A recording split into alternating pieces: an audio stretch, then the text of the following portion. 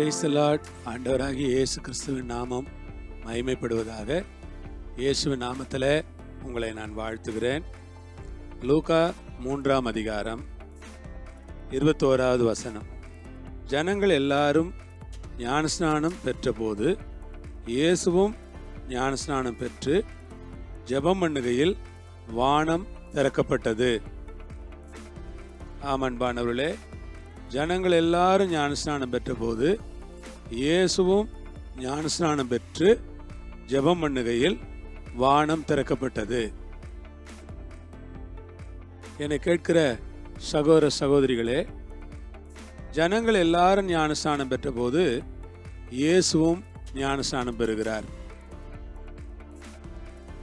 இயேசு ஞானஸ்நானம் பெற வேண்டிய அவசியம் இல்லை. தேவனுடைய குமாரன், பரலோகத்திலிருந்து வந்தவர். அவரே ஞானஸ்நானம் பெறணும். அவர் ஞானஸ்நானம் பெற வேண்டியது அவசியம் இல்லை. ஆனால் பைபிள் சொல்லுகிறது, ஜனங்கள் எல்லாரும் ஞானஸ்நானம் பெற்ற போது இயேசுவும் ஞானஸ்நானம் பெற்று ஜெபம் பண்ணினார். ஞானஸ்நானம் பெற்று அவர் ஜெபம் பண்ணுகிறார். ஆம், இன்னைக்கு ஞானஸ்நானம் பெற்ற விசுவாசிகளுக்காக ஆண்டவரை ஸ்தோத்திரிக்கிறேன். ஞானஸ்நானம் பெற்ற விசுவாசிகள் ஞானஸ்நானத்தோடு எல்லாம் முடிந்து விட்டது என்று எண்ணாமல், ஞானஸ்நானத்திற்கு பிறகு நாம் அதிகமாய் ஜெபம் பண்ண வேண்டும் என்று நீங்கள் எண்ண வேண்டும். ஞானஸ்நானத்தோடு முடிஞ்சிருச்சு என்று அல்ல, ஞானஸ்நானத்துக்கு பிறகு நாம் ஜெபம் பண்ண வேண்டும். ஆண்டவராகி இயேசு ஜெபம் பண்ணுகிறார். அவர் தனக்காக ஜெபம் பண்ணுகிறாரா? எதற்காக ஜெபம் பண்ணுகிறார்? ஒரு சந்தோஷம். நாம் இந்த உலகத்தில் வந்து தேவனுடைய அந்த நீதியான கிரியை நிறைவேற்ற, தேவனுடைய நீதியை நிறைவேற்ற நமக்கு ஆண்டவர் உதவி செய்தாரே என்று ஒரு சந்தோஷத்தோடு கூட அவர் ஜெபம் பண்ணுகிறார். கேட்கிற அன்பானவர்களே, நீங்கள் ஜெபம் பண்ணுகிறீர்களா? ஞானஸ்நானம் பெற்றவர்களை பார்த்து கேட்கிறேன், நீங்கள் ஜெபம் பண்ணுங்கள். எல்லாவற்றுக்காகவும் ஜெபம் பண்ணுங்கள். பைபிள் சொல்லுகிறது, ஒன்றுக்கும் கவலைப்படாமல் எல்லாவற்றையும் குறித்து உங்கள் விண்ணப்பங்களை ஸ்தோத்திரத்தோடு கூடிய ஜெபத்தினாலும் வேண்டுதலினாலும் தேவனுக்கு தெரியப்படுத்துங்கள். அப்பொழுது எல்லா புத்திக்கும் மேலான தேவ சமாதானம் உங்கள் இருதயங்களையும் சிந்தைகளையும் கிறிஸ்து இயேசுவுக்குள்ளாக காத்துக்கொள்ளும்.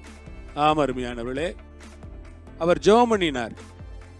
ஜெபந்தான் நம்முடைய வாழ்க்கையின் ஆதாரம். ஜெபந்தான் நம்முடைய குடும்பத்தின் ஆதாரம். ஜெபந்தான் நம்முடைய பிள்ளைகளின் ஆதாரம். ஜெபம் இல்லை என்றால் ஒன்றுமே இல்லை. ஜெபம் பண்ணாத ஒரு மனிதன் ஒரு ஆவிக்குரிய கிறிஸ்தவனாகவே வாழ முடியாது. ஒரு ஆவிக்குரிய கிறிஸ்தவன் ஜெபம் பண்ணுகிறான். ஒரு ஆவிக்குரிய கிறிஸ்தவன் வேதம் வாசிக்கிறான்.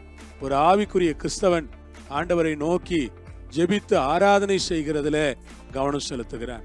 ஆகவே இந்த அருமையான நல்ல ஆசீர்வதிக்கப்பட்ட வேளையில உங்களை பார்த்து நான் சொல்லுகிறேன், ஜெபம் பண்ணுங்கள். நம்ம எல்லாருக்கும் ஒரே வழிமுறையை ஆண்டவர் வைத்திருக்கிறார். ஜெபம் பண்ணுவதுதான் அந்த வழிமுறை. ஜெபம் பண்ணலாம். அப்பொழுது வானம் திறக்கப்பட்டது. நீங்கள் ஜெபம் பண்ணும் பொழுது ஆண்டவர் வானத்தையே திறப்பார். நீங்கள் ஜெபம் பண்ணும் பொழுது ஆண்டவர் பல கதவுகளை திறப்பார். வானமே திறக்கும் என்றால் ஆண்டவர் அடைபட்ட கதவுகளை திறக்க மாட்டாரா? ஜெபம் பண்ணும்போது வானமே திறக்கும் என்றால் வழிகளை ஆண்டவர் திறக்க மாட்டாரா? ஜெபம் பண்ணும்போது ஆண்டவர் அதிசயங்களை காட்ட மாட்டாரா? அற்புதங்களை காண்பிக்க மாட்டாரா? வல்லமையான கிரியைகளை நடப்பிக்க மாட்டாரா? நிச்சயமாய் நடப்பிப்பார். நீங்கள் ஜெபம் பண்ணும்போது அது நடக்கும். நீங்கள் ஜெபம் பண்ணும்போது ஆண்டவர் அதை செய்வார். நீங்கள் ஜெபம் பண்ணும்போது இவைகளெல்லாம் உங்கள் வாழ்க்கையில் நடக்கும் என்று நிச்சயமாய் நான் சொல்லுகிறேன். ஆகவே நீங்கள் ஜெபம் பண்ணுங்கள். Praise the Lord. வானம் திறக்கப்படும். வானத்தை திறந்தார் ஆண்டவர். திறந்த வானத்தை அங்கே பார்க்கிறோம். ஆண்டவர் வானத்தை திறந்தார். அன்பு சகோதர சகோதரிகளே, உங்களுக்காய் வானம் திறக்கும். பரலோகமே திறக்கும். ஆமென். பரிசுத்த ஆவியானவர் ரூபம் கொண்டு ஒரு ஆவை போல் அவர் மேல் இறங்கினார். ஆவியானவர் இறங்கி வருகிறார். நீங்கள் ஜெபம் பண்ணும் பொழுது என்ன நடக்கிறது? ஆவியானவர் இறங்கி வருகிறார். ஒரு வல்லமை உங்களை நிரப்புகிறது. ஒரு அபிஷேகம் உங்களை நிரப்புகிறது. ஒரு ஆவியின் பலன் உங்களை நிரப்புகிறது. பரிசுத்த ஆவியானவருடைய சத்துவம் உங்களை நிரப்புகிறது. நீங்கள் ஜெபம் பண்ணும் பொழுது பரிசுத்த ஆவியானவருடைய வல்லமையான பிரசன்னம் உங்களை மூடிக்கொள்ளுகிறது. ஆகவே விசுவாசிகளை நான் உற்சாகப்படுத்துகிறேன். நீங்கள் ஜெபிக்கும்படி உங்களை உற்சாகப்படுத்துகிறேன். ஆண்டவரை நோக்கி ஊக்கமாய் நீங்கள் மன்றாடும்படி உங்களை நான் உற்சாகப்படுத்துகிறேன். ஆண்டவருக்கு உங்களை அர்ப்பணிக்கும்படியாய் உங்களை நான் உற்சாகப்படுத்துகிறேன். ஜெபியுங்கள், ஆண்டவரை மகிமைப்படுத்துங்கள். பெரிய காரியங்களை செய்வார். தேவ வல்லமை, பரிசுத்த ஆவியின் வல்லமை உங்கள் மீது வந்து இறங்குவார். அது மாத்திரமல்ல, ஜெபிக்கிறவளை பார்த்து ஆண்டவர் சொல்லுவார், நீ இவர் என் நேசகுமாரன், நீர் என் நேசகுமாரன், உண்மையில் பிரியமாய் இருக்கிறேன். ஜெபிக்கிறவளை பார்த்து ஆண்டவர் சொல்லுவார், நீ என் நேசகுமாரன், நீ என் நேசகுமாரத்தி.